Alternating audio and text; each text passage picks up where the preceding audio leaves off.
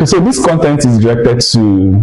I'm making this content for people, the category of people that are in sales, whether you're a realtor, whether you are doing anything, as long as it's related to sales. Please, I encourage you to spend the next few minutes watching this. It is true that good people die young. Good people die young, and that's been a very deep question. I don't know, every young person do ask that question. Why is it that good people die young? The same answer, we've not gotten the answer yet, but if you have the answer, beautiful. I will encourage you that you share with us. But the same reason really is also the reason why good salespeople, when I say good salespeople, I mean people that truly want to sell value, people that have integrity, salespeople that with integrity, salespeople with Jesus hearts, salespeople that will not sell you spoiled items, salespeople that will not take a fake product and sell to you as a good product, genuine product, right? This is the reason why this category of salespeople hardly get successful in sales. It is sad, right? But that's true. Now, there is another category of salespeople who do not care. All they want is the money. They don't care about what they are selling. They are the kind of people that believe that the product is all they need is, because this way I believe that all you need to have to make a great sales is a great product, which is true. In other language, they always say something. That's what they call it. Yeah, the people that believe that, but then this category of people, they don't care about that statement. They don't care about the product. All they know about, all they want is the sales. All they want is that your money. So they can sell you anything. They can sell you groundnut oil as olive oil. They don't care.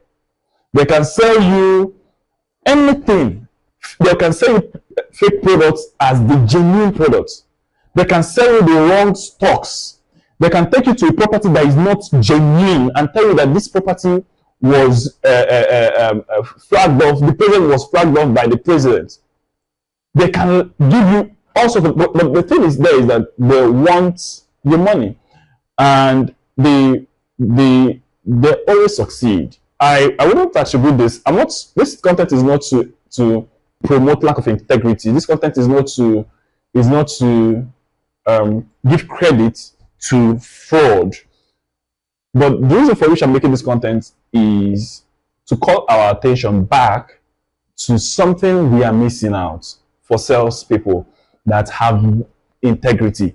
It's okay to have integrity, but it's also okay to throw away some caution.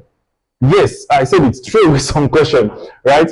Because I've met a good number of salespersons. I was there before, where I used to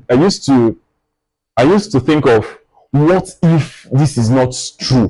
What if this person has sees fault in this? What if this is this? What if this is not the right investment for this person? What happens? I used to be that careful. But you don't need to be too careful.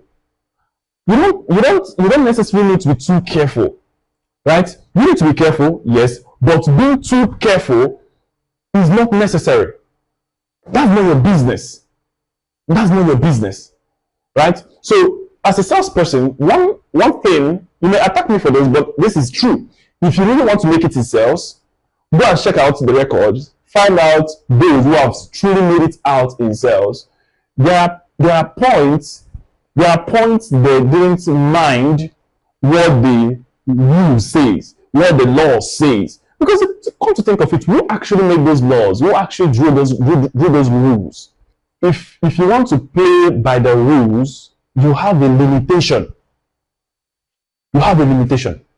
So I want to really charge you today to, sometimes it's okay to throw cautions away. Sometimes it's okay. It's okay. Yes, it may not make sense. But it's okay to throw carefulness away. It's okay to do that once in a while. So sometimes we've been too careful, and we've played by the rules a lot, that we are too guided. We are too conscious of what our environment says about us, of what people will say about us, of what our children will think about us when they grow up. But the truth is, they're also going to think, why didn't you make it? You know, if you check the successful people, okay, take for instance, as a child growing up, I believe it's wrong to be in debt to owe people. But I also want to I want to be rich, I want to be wealthy. Now, if you present somebody like Dangote now, I can tell you that Dangote is one of the people in Nigeria that owes a lot. Like one of the, if you should, I'm not sure, but if you should check among who owes highest in Nigeria, maybe he might be one, right? But then, if you should present a story to me and tell me, okay, you want to be rich, right? Are you ready to be the person that will owe highest in Nigeria? I'll tell you no. So really, if you truly want success, then you should be ready to break some of the rules, the right ones. Yes. You need to step on people's toes. Yeah, you do need to. But it's going to be very difficult for some of us that are raised properly, some of us that has home training, some of us that have